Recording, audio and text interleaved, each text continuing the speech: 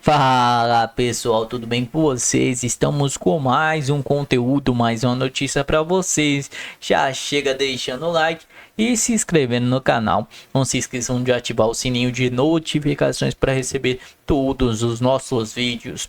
Estamos aqui no Faroeste Brasileira, todos os créditos ao canal deles. O link está na descrição e no comentário fixado. Muito obrigado a todos e vamos reagir ao vídeo.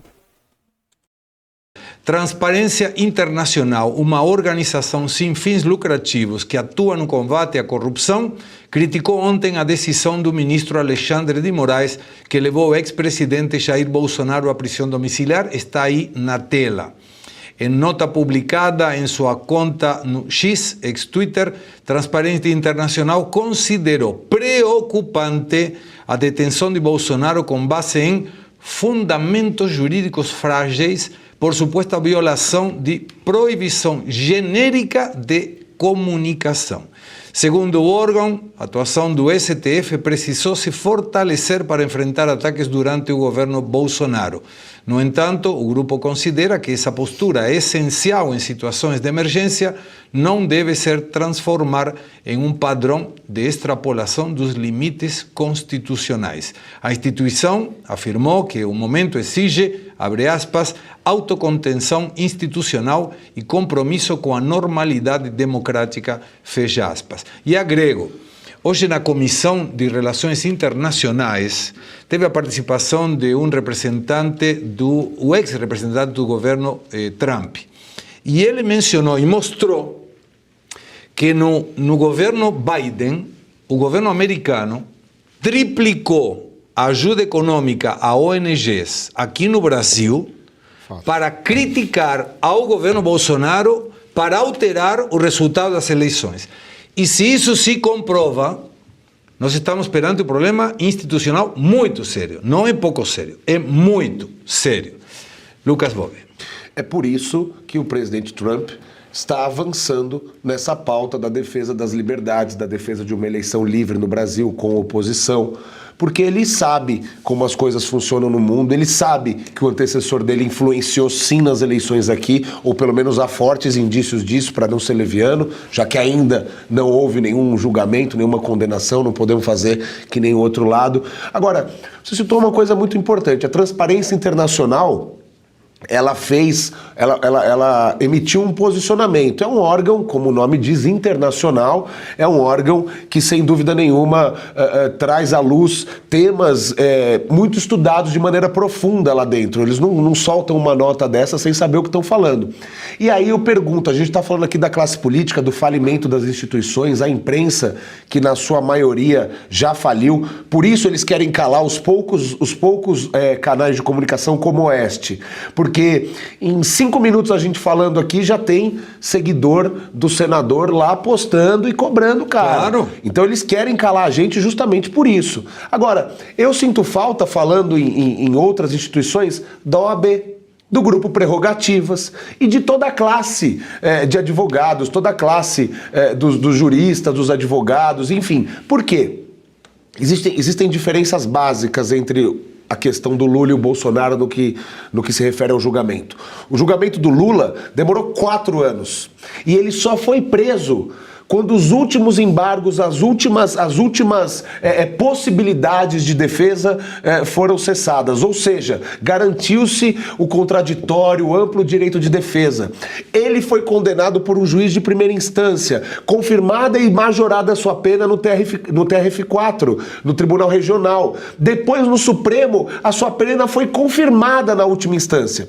E só depois, quando misteriosamente faleceu Teori Zavascki, e Alexandre de Moraes foi indicado para o Supremo e as coisas começaram a mudar e Lula foi descondenado por erros processuais ou por uma falta de diligência ou mais diligência do que deveria por parte do juiz Sérgio Moro, do Deltan e tudo mais.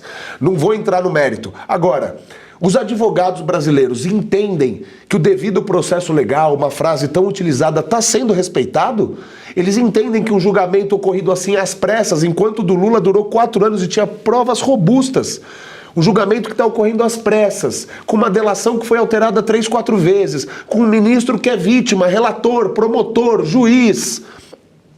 Não há nenhum tipo de possibilidade da defesa ter acesso a todos os autos. As provas mudam ao sabor do vento. Agora a Vaza Toga está surgindo aí com todas essas informações que vão, sem dúvida nenhuma, derrubar esse castelo de areia. Onde está a classe de advogados? Ou será que só o doutor Ives Gandra vai se posicionar e correr o risco? Correr risco não, mas ser ameaçado de ter a sua OAB cassada, um homem de 90 anos que prestou tanto serviço nessa sociedade. Michel Temer outro dia fez uma notinha, meio samba aqui, samba ali. Gente, o que está acontecendo nesse país? Michel Temer não é advogado, constitucionalista, defensor da democracia, um homem que eu julgo como um homem centrado, um homem que tem um conhecimento, um notório saber jurídico. Meu Deus do céu, já passou de todos os limites.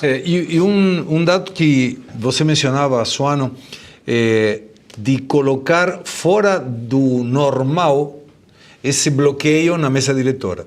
Mas há 8 anos atrás, 7 anos atrás, 8 anos atrás, a esquerda fez a mesma coisa. É a mesma coisa que hoje critica a esquerda, diz não pode, porque não está na pauta, sei lá. Fizeram a mesma coisa que eles fazem dizendo que o Eduardo Bolsonaro é um traidor da pátria porque está lá nos Estados Unidos. Zanin fez. Reclamando, Zanin fez. Monte de deputados da canhota fizeram isso, alguns anos atrás. Mas, claro, naquele momento são manifestações políticas, e agora é traição à pátria. Naquele momento era manifestação democrática. Agora eles resgatam e dizem assim, mas isso não é regimental, não deveria ser feito. Onde que está a liturgia? Não é assim que eles vão falar? Normalmente eles vão falar isso, mas é o que resta. Naquela época eles fizeram isso, e o que eles reivindicavam é a única coisa que nos resta para nós bloquearmos e obstruirmos o andamento e tentarem verificar aquilo que é importante para a nação. O que é mais importante para a nação? Essa porcaria do IOF, que não deveria nem ter aumento, ou fazer a anistia do pessoal do 8 de janeiro, que inclusive vai beneficiar esses 11 indivíduos que fizeram a porcaria que fizeram. Até eles vão ser beneficiados, mas isso restauraria a ordem democrática no país. Sem dúvida. Isso é a só pauta. clarificando, daqui a minutos vamos estar com o deputado Maurício Marcon e com o senador Viana, que vai nos atualizar sobre a situação tanto na Câmara quanto no Senado. Agora, vamos um rápido intervalo. Não esqueça do seu like, seria como a palminha quando você vai assistir um bom trabalho de algum... montar uma sessão lá para passar por cima de nós. Então é difícil ter diálogo com alguém que eventualmente tome esse tipo de atitude, né? A gente está agora com 2 equipes, digamos, uma aqui no plenário da Câmara, o oficial, e uma lá no NEEL, mas ele pode a qualquer momento colocar isso na CCJ ou em outra comissão para realmente passar por cima. Tudo isso para que ele não paute a anistia. Ele está fazendo tudo isso para não pautar a anistia. Vejam bem que nós não estamos exigindo que a anistia seja aprovada, nós estamos exigindo que a anistia seja pautada, algo que ele tinha nos prometido à época que ele foi eleito, que precisava dos nossos votos. Depois ele criou algumas dificuldades, como a questão das assinaturas dos líderes, né, ter a maioria, nós a conseguimos. Depois nós tivemos assinaturas individuais, que ele colocou como prerrogativa para pautar iniciamos mais uma vez, e de lá para cá ele vem nos enrolando. Então agora parece que o diálogo não é o que ele quer fazer. Não duvido que daqui a pouco mande a tropa de choque tirar todos nós dentro do plenário, e nós obviamente resistiremos pelos inocentes que estão presos pelos absurdos de Alexandre de Moraes e a sua turma. Vocês aí na Câmara de Deputados e os senadores na Câmara do Senado são a linha de frente e a resistência, né? Porque se vocês agora tem que sair daí, desse lugar, a posição da oposição fica muito complexa. Queria te perguntar, Maurício, os senadores do teu partido, as pessoas com quais você tem contato, talvez de outros partidos, todos assinaram essa lista de apoio ao impeachment do ministro Alexandre de Moraes? Olha, no Senado o que a gente tem, o Podemos é um partido, como tu sabe, bastante de todos os espectros políticos. É um partido de centro. Eu estou filiado ao Podemos até março do ano que vem, quando vou para o PL. Acredito que o Marcos Duval, que está no Podemos, tem assinado, e a Soraya Troni não tem assinado. Os demais eu não vou saber te dizer. Mas é a pressão do povo, e essas pessoas certamente vão responder nas urnas por terem patrocinado um violador de direitos humanos como o ministro Alexandre de Moraes. A gente faz a nossa parte, é eleito para fazer a nossa parte. Estamos fazendo, sei da exposição que isso aqui vai dar, né? A gente talvez esteja em torno de 50, 60, 70 parlamentares no máximo na Câmara capitaneando essa obstrução, e a gente sabe que a perseguição no Brasil virou uma coisa bastante natural hoje. Mas a gente não pode continuar dormindo, botando a cabeça no travesseiro e ficando tranquilo quando a gente sabe que tem mães e pais de família inocentes presos por causa de um maluco que se acha acima da lei.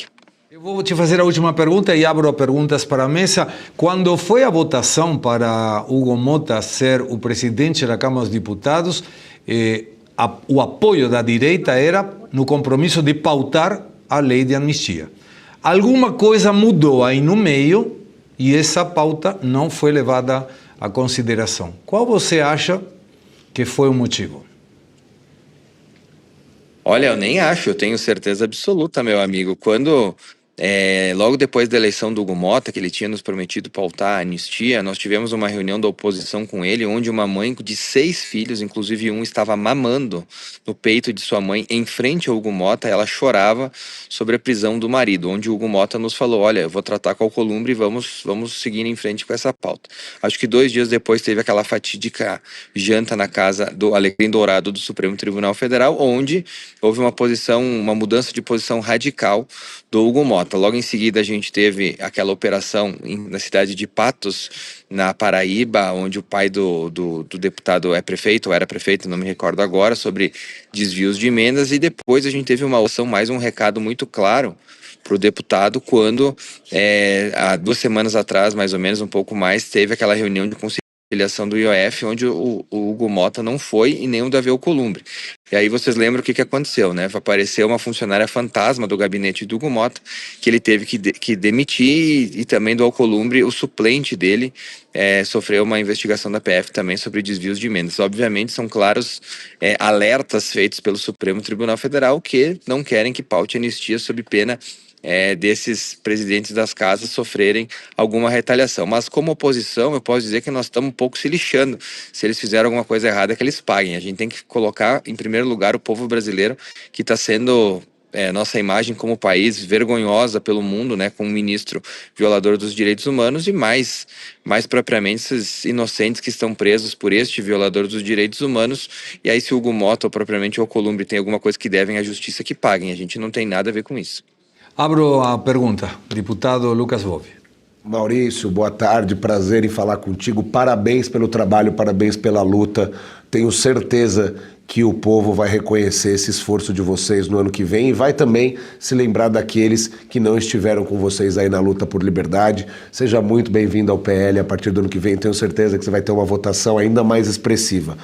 Maurício, eu queria saber de você 2 coisas, se possível. Primeiro, hoje a primeira turma do Supremo condenou a 17 anos aquele rapaz, aquele mecânico, que sentou na cadeira do Alexandre de Moraes do lado de fora do palácio, do lado de fora, ali na praça, a cadeira estava ali, salvo engano, ele sentou e, claro, xingou o Alexandre ali, o que é, sem dúvida, um desrespeito a uma autoridade, pode ser tido como um ato aí de vandalismo, mas ele foi condenado há 17 anos, um mecânico por abolição violenta do Estado Democrático de Direito, golpe de Estado, dano qualificado, deterioração do patrimônio tombado, associação criminosa armada, Bíblia, crucifixo, não sei o que eles entendem por arma.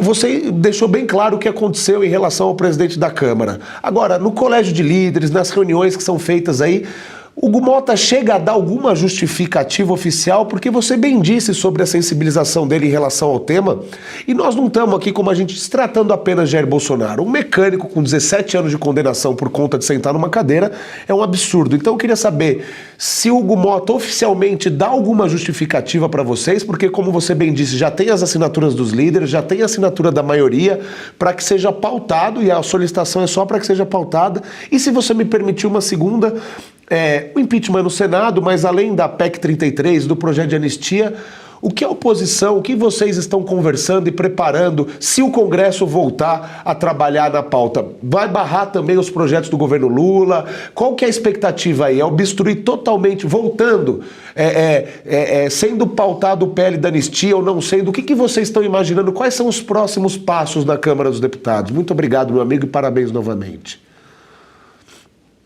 Vou tentar responder todas. Se eu me esquecer de alguma, tu me dá um puxão de orelha aí que a gente responde. A justificativa do Gumota e depois os próximos passos. É só isso. Vamos ser mais breve aqui.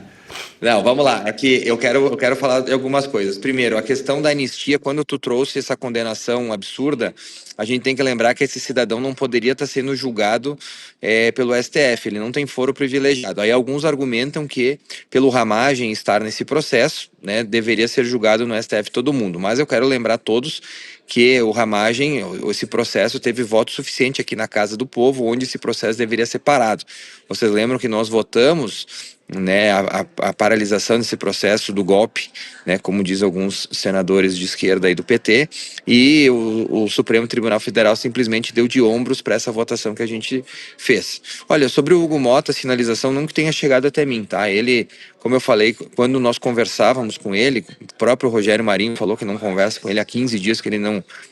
minto, o Zuco tá com dificuldade de conversar com ele, falei do Rogério Marinho, porque o Rogério Marinho também falou que não consegue falar com o Alcolumbre. Então eles estão com essa posição muito mais radicalizada com a oposição e muito mais governista. Eu acho que muito por aquilo que a gente já tratou aqui, né? Por terem, talvez, problemas com a justiça que os impeçam de tomar atitudes que eles deveriam tomar como presidentes das casas. Sobre outras pautas, né, sobre o que a gente ainda está reivindicando, olha, a gente tem duas pautas muito importantes. A primeira é o fim do foro privilegiado, que já foi aprovado no Senado, está aqui na Câmara parado, também muito obviamente por mando dos ministros do Supremo, que não querem perder a coleira sobre os parlamentares, e o ministro Hugo Mota não coloca, o presidente Hugo Mota não coloca a votar, o que certamente teria... Olha, eu posso falar com tranquilidade 80% de votos aqui da Câmara dos Deputados, com muita tranquilidade, porque todo mundo está bem cansado de ficar de coleira aí com esses ministros do Supremo que usam muitas vezes processos para achincalhar parlamentares. E outra medida que seria bastante interessante, aprovada, vejam vocês, na presidência de Pacheco no Senado e veio para a Câmara, que é a questão do fim das medidas monocráticas do Supremo Tribunal Federal, das decisões monocráticas. Algo como não teria acontecido, por exemplo, a suspensão pelo ministro Alexandre de Moraes do PDL, que sustou o IOF. Ele não poderia fazer isso de forma monocrática. Então, são pautas, vejam vocês...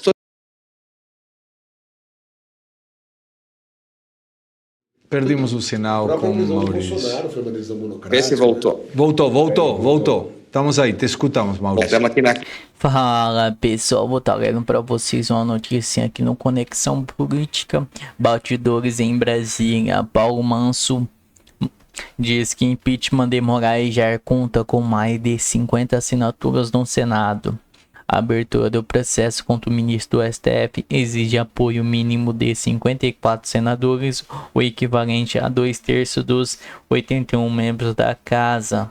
O deputado Paulo Manso, do PL, afirmou nesta terça-feira, dia 6, que o movimento pelo impeachment do ministro Alexandre de Moraes do Supremo Tribunal Federal, o STF, reúne o apoio de 51 senadores, constado externado pelo parlamentar que atua nos bastidores para completar a quantidade de senadores disponível para pautar a saída do togado.